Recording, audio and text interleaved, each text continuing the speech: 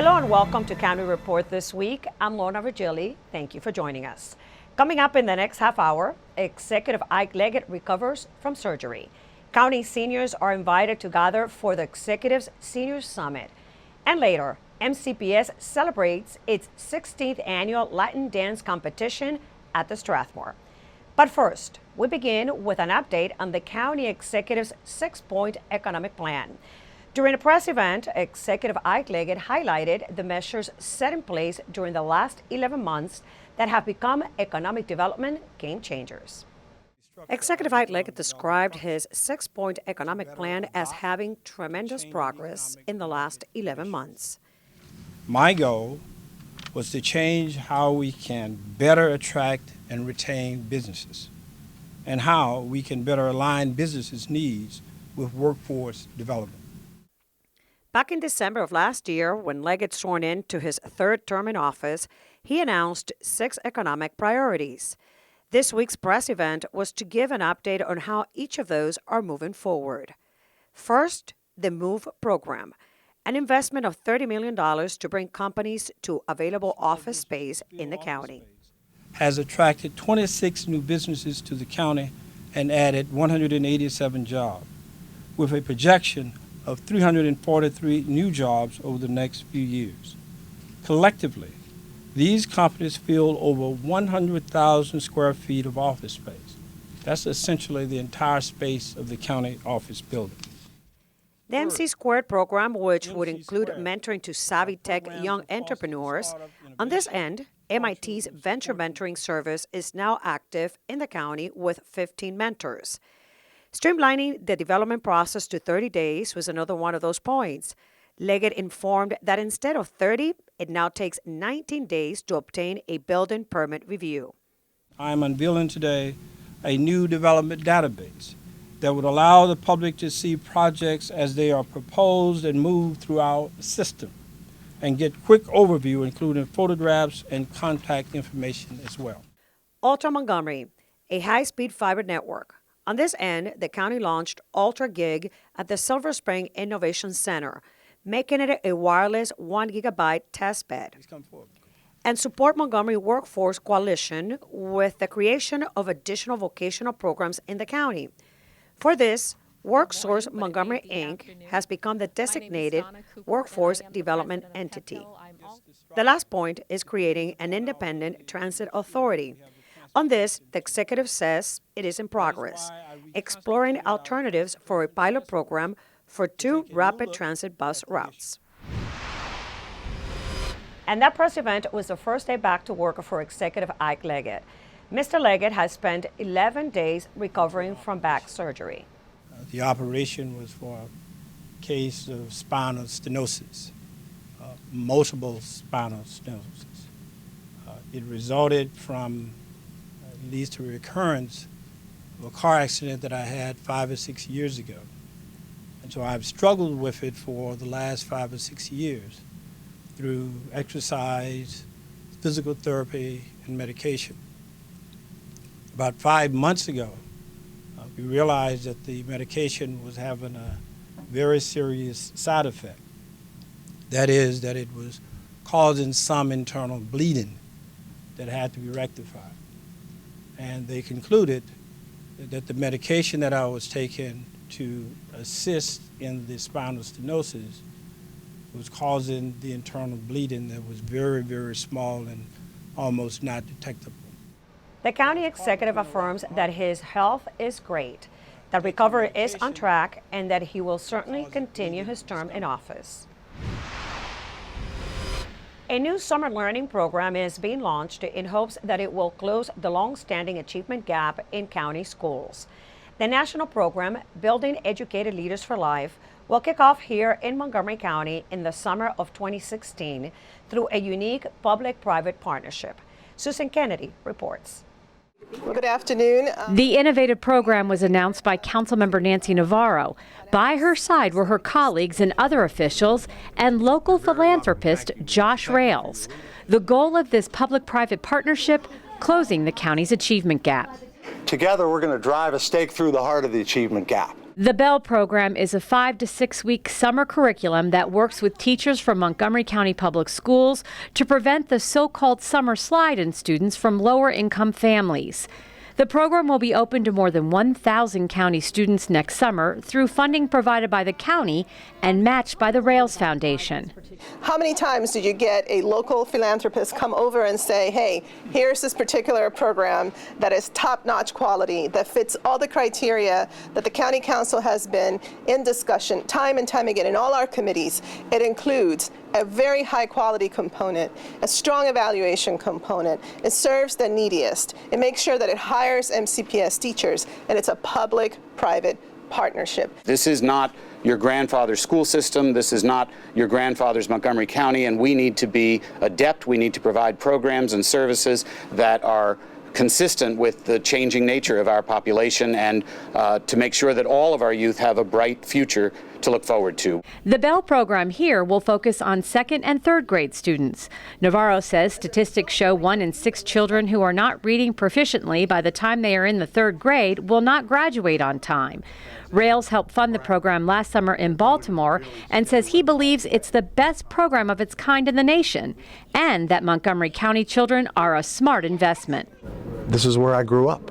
We went to the public schools here, my brothers and I, and my parents raised us here, and we feel a commitment to trying to help Montgomery County with the challenge of the achievement gap, and we have to find innovative ways to address it. We can't do the same things we've been doing. We have to up our game. And for Navarro and other county officials, the partnership with the Rails Foundation signals a culture change in Montgomery County going forward. This is just the beginning, in my opinion, of us really truly being innovative and taking advantage in many ways of all those philanthropists that exist in our county who understand that we have concerns and we have challenges and that this is not a Montgomery County that can do everything by itself. The total cost of the program is $1.5 million. If it proves to be successful, the county's share in the cost will drop to 1/4 for the summer of 2017. In Rockville, I'm Susan Kennedy for County Report This Week. It is that time of the year again when public safety chiefs urge the public to be safer this holiday season and reminding us all that alcohol enforcement is underway, that we should respect the designated disability parking spaces while visiting malls and shopping centers. Law enforcement officials gather at the public safety headquarters to remind residents the need for pedestrian safety during this time of the year. Statistics show us every year that the last quarter of the year, October, November, December, is the most dangerous time of year for both drivers and pedestrians. On average, during those last 3 months of the year, we have 135 pedestrians that are struck by vehicles. And far and away, the cause of most collisions, whether it's collisions with a pedestrian or whether it's collisions between two vehicles, far and away, the leading cause is distracted driving. Coming up on County Report This Week, faith leaders discuss government partnerships and social issues. And we take you to a small business gathering at MyMC Media. We will have those stories and more right after this. Did you know there are more than 10,000 county government phone numbers? But there's only one number you need to remember for non-emergency calls, 311. MC 311 is Montgomery County government's online telephone information system. Need information? Have a problem or complaint? Trying to locate a county government facility? Call 311. The call center is open Monday through Friday, 7 a.m. to 7 p.m. The website is available 24 hours a day, 7 days a week. In Montgomery County, we have a goal to reduce waste and recycle 70% of all waste by 2020. By recycling and reducing waste, we save natural resources and make our community even better. So recycle at home, work, school, everywhere, and keep recycling going. For more information, call the Montgomery County, Maryland Division of Solid Waste Services at 311 or visit montgomerycountymd.gov/recycling. Keep it going. Recycle more now. Welcome back to County Report This Week. I'm Lorna Virgili. Montgomery County Council member Nancy Navarro recently headlined a small business university event at MCM Studios. Here's the story. Montgomery County Councilmember Nancy Navarro headlined the Small Business University event at MCM Studios, where she highlighted the various assistance programs available to minority-owned businesses in the county. We do have a very strong minority female disabled program, and we have made it even stronger with legislation, where now we have a 10% point system, if you will, when small businesses who are minority female disabled owned apply for procurement or bid on contracts.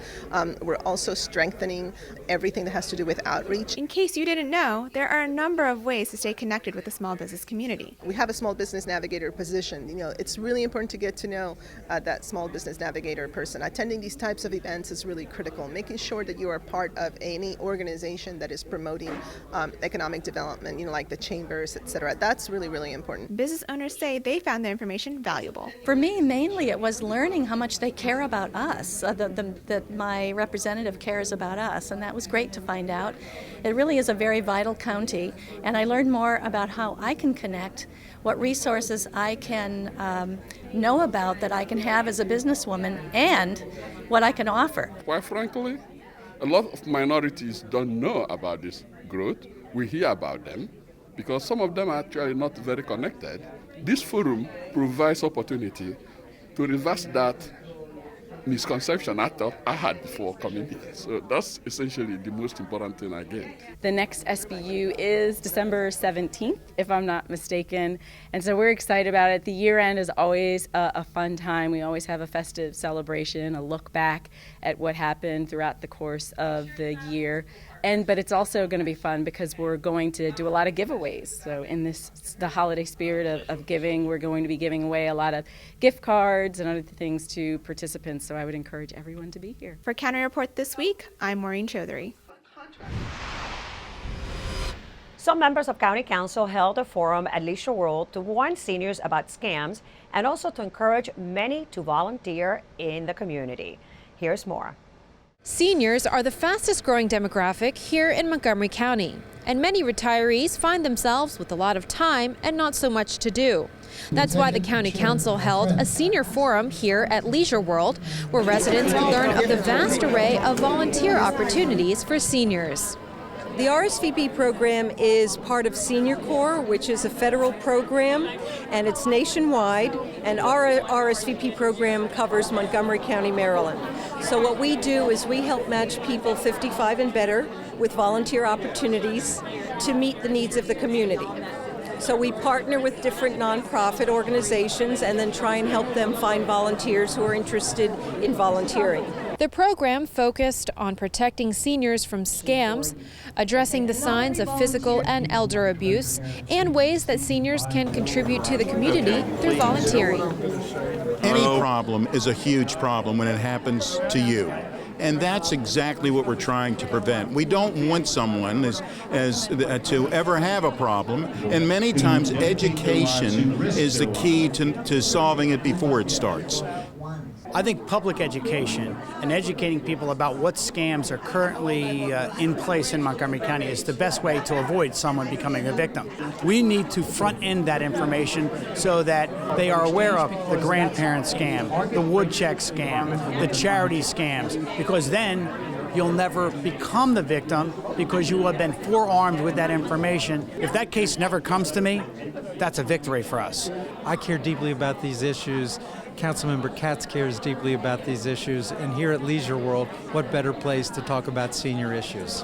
For more information, visit www.montgomerycountymd.gov. For County Report this week, I'm Crystal Park at Leisure World. County Executive Ike Leggett will be hosting a Summit on Aging at the Silver Springs Civic Building on Thursday, December 3rd, from 8:30 a.m. to 4 p.m. There will be panel discussions and presentations from experts regarding topics that impact the aging community. Breakfast and lunch will be provided to participants. For more information, visit montgomerycountymd.gov/senior. County faith leaders recently responded to Governor Larry Hogan's statement about ceasing settlements in Maryland for Syrian refugees. Here is a story from my MC Media.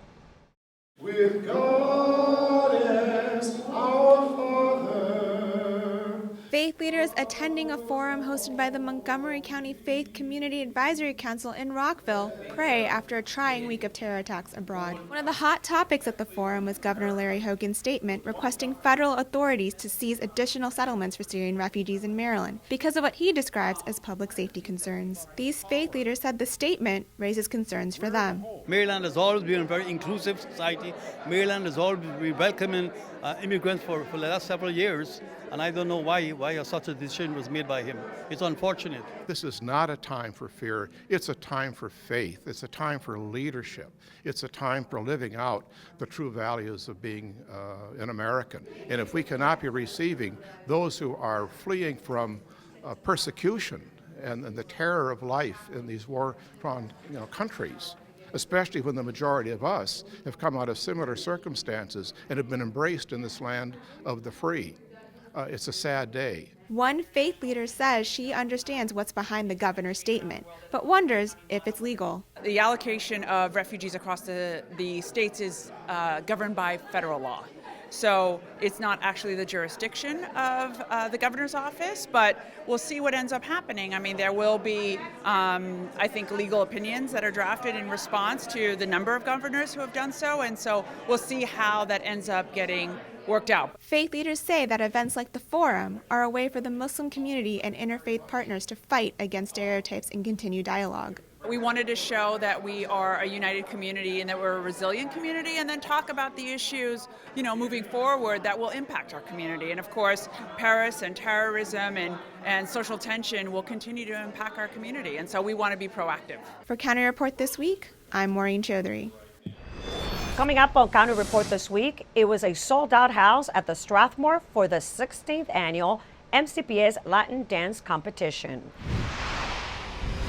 And we're bringing you a recap of how the Raptors men's soccer team did at Nationals. Stay with us. We'll be right back.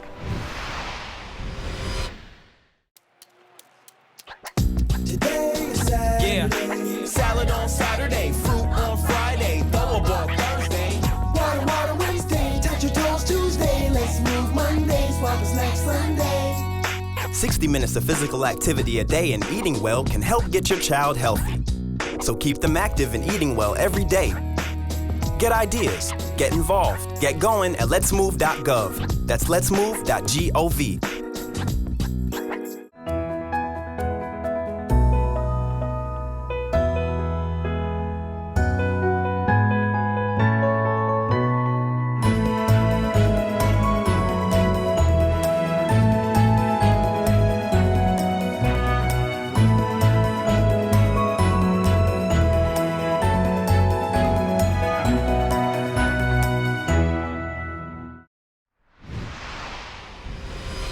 Welcome back to County Report This Week. I'm Lorna Virgili. Over 2,000 parents and students showed up at the Strathmore to cheer for their favorite teams. This while 7 MCPS high schools competed at the 16th annual Latin Dance Competition. Here's a story from MCPS. After months of practicing steps, kicks, and spins, more than 100 MCPS students from 7 high schools participated in the 16th annual Latin Dance Competition, held before a packed house at the Music Center at Strathmore. Today I have 45 students, both currently high school and alumni, competing and working together. And it's a really nice experience just to see how they've developed in such a short time to come together, and it's a very diverse group from different countries. This competition is sponsored by the After School Dance Fund, whose mission is to build support for academic and social-emotional success of students through Latin dance clubs in MCPS. It helps them to develop themselves, to make friends, to feel safe and comfortable so that they can focus on what's most important, which is their education. All of the team members, we all help each other and we all motivate each other to, do great in school. The hard work and dedication of the students helps them to develop important life skills that organizers say will serve them well as adults. They learn how to engage the audience and how to take criticism and, how to handle the pressure. I feel happy, I feel open with other people. I don't know how to explain this, but it's really good for me. A large crowd of students, parents, and community members cheered for their favorite dance teams, all the while celebrating Latin heritage. The students are learning that with hard work and dedication, they can accomplish many, many things. Not just the dancing, but I think that is one of the lessons that I hope that they learn out of all of this. In the end, we all love to do it, so it just makes us all happy. Einstein High School and Magruder High School won Best of Show, but all dancers were declared winners because of their hard work and their dedication to Latin dance. Here's a recap of how the Montgomery College men's soccer team performed at the Nationals. The story comes from MCTV's Michael Brown. The MC Raptors, who came into the national championships as the 7th seed in the field of 8, pulled a tough first-round draw, facing number 2 seed the Richland College Thunder Ducks from Texas. Richland came out strong, controlling pace and possession early. MC's offense had trouble getting anything started, but the exceptional play of freshman keeper Juan Maraboli kept Richland off the board, and it was scoreless at the half. But the way Richland had dominated left you with the sense that they would inevitably score, and sure enough they did early in the second half. And then with 16 minutes to go in a torrential rain, Richland added another to wrap up the 2-0 win. The Raptors had to shake the memory of the tough loss quickly because 16 hours later they were back on the pitch taking on the 6th-seeded Bergen College Bulldogs. Both teams had first half opportunities, but Bergen had the best of them. But again, the play of Maraboli, look at that point-blank save, and then another by the freshman, kept the Bulldogs off the board, and we went to the half scoreless. MC dominated the second half. 7 minutes in, MC's Ralph Saint-Simon heads a Maraboli punt forward. Bergen tries to clear it. Saint-Simon alertly cuts it off and then bangs it into the back of the net to put MC up 1-0. Minutes later, MC put it all together. Alejandro Avalos hits Diego Torres. He possesses it, hits Saint-Simon. He splits the Bergen backline and shows off some fancy footwork to knock it home to give MC a 2-0 lead. And to cap it off, another shining moment for Maraboli. Bergen gets behind the MCD. Maraboli has to come out, thwarts the initial attempt, then plays defender as he just smothers the ball 15 yards from the goal mouth to preserve the shutout as MC takes it 2-0. The bounce-back win showed MC's true grit and character and guaranteed the Raptors a top 6 finish in the country. For County Report this week from Montgomery College, I'm Michael Brown. MCPS students will not have to miss school to celebrate Eid next year. The Board of Education voted in favor of moving a professional date from the 2016-2017 calendar to September 12th, which could coincide with the holiday. After petitioning for equality on this issue for years, local Muslim residents say this vote is a major victory. I couldn't be happier. I have 2 little girls at home, and they play with their little playmates who live in our neighborhood. They're Christians and they're Jews and they're people of other faiths. And finally, my daughters will be treated equally by Montgomery County Public School System like all the other little girls in our neighborhood, so I'm thrilled. I was extremely delighted to have this 15 years efforts granted today. And although my children, I have 5 children that were born in Montgomery County, they were schooled in Montgomery County. They did not get the benefit of this, but my grandchildren who are born now in Montgomery County, soon they will be going into the school systems, and I'm glad that they would have the Eid holiday. The Board of Education postponed a vote on the passage of the 2016-2017 calendar until December 8th to give staff time to adjust to the decision to close school on September 12th next year. Coming up on County Report this week, Brewside Gardens is getting ready for the Holiday Lights Show. Plus, you will meet our Pet of the Week. Don't go away. County Report this week is coming right back.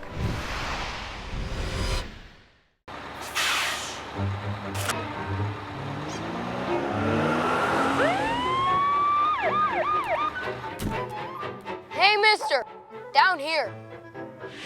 You illegally passed the stop school bus. I'm placing you in timeout, and this timeout means big fines. Plus, you really could have hurt somebody. That's why school buses are being equipped with video cameras to help kids like me stay safe. So respect the bus. This message brought to you by FEMA. Home fires occur most often in winter. Keep anything that can catch fire at least 3 feet from heating equipment. And never use an oven to heat your home.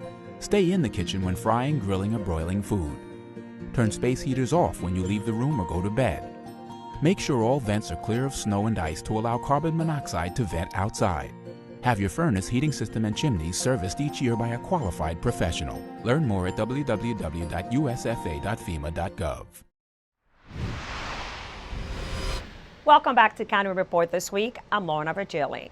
By law, dogs and cats over 4 months of age must wear a pet license tag, and now the licensing process is available online. This week on the county's Spanish language radio show, we talked with Catherine Sensano from the county's Animal Services and Adoption Center about the rabies vaccination and other licensing details. It means that the animal will never have to step foot in the shelter, and therefore there are no fees for the animal that has to come to the shelter. And a lot of times that it's not extremely expensive, but it is fees that owners oftentimes do not expect when they have to come to the shelter, which, is another thing that they can avoid is a trip to the shelter. So, if the animal gets picked up by an officer, it just goes right back home. It's so quick, it's so easy, just with that little tag that they purchased, along with that vaccination that keeps their pet healthy and safe. For licensing fees, application, or renewals, visit montgomerycountymd.gov/ASD or call 240-773-5900. Now it is time to meet our Pet of the Week. Kathy Stanhope joins us from the Montgomery County Animal Services and Adoption Center with more. Kathy? If you are looking for a gorgeous, sleek animal, this is August. She's a spayed female. She's just about 7 years old. She looks much younger, and she is just sleek and muscular and a beautiful cat. Black cats are always the hardest for us to adopt, so please consider taking August into your home and loving her like she deserves. Give us a call at 240-773-5900 or visit August on the web at montgomerycountymd.gov/ASD. It is that time of the year when Brookside Gardens lights up for the holidays. Here are some details of what you can expect this year. Our annual Garden of Lights winter walk-through holiday light display will begin right after Thanksgiving. If you haven't been here before, let me tell you it's a spectacular event. Visitors will enjoy walking through the gardens with close to 1 million colorful lights, all shaped in imaginative displays. Everything ranging from giant flowers to animals, an 11-foot giraffe. We even have a mythical sea monster that we call Nessie. At the conservatory, we'll have a miniature train exhibit running through a holiday display of poinsettias, flowering plants, and evergreens. And then also up in the visitor center, there are volunteer musicians performing every night of the show. If you have been to the Garden of Lights before, then you know that this is a wildly popular event. We get on average between 40 and 50,000 visitors each winter. So if you'd like to avoid some long lines and maximize your visit, I've got some tips for you. Tip number 1, come early. The gates officially open at 5:30, so be on time and maybe even a little early, but you didn't hear me say that. And that way you still have a chance to get home and have plenty of time for the kids to do their homework. My second tip is come during the week when the admission price is a little bit lower. And then finally, my third tip, if you'd like to really save some time, you can enjoy a light dinner here at the Garden of Lights. Our concessionaire will be selling soups, sandwiches, chilies, hot cocoa, coffee, tea, and of course some sweets. So come to the Garden of Lights and enjoy all that we have to offer.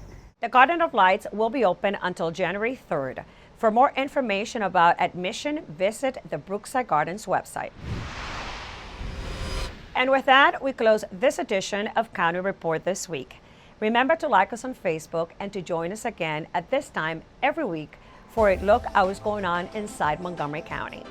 I'm Lorna Virgili, and thank you for watching.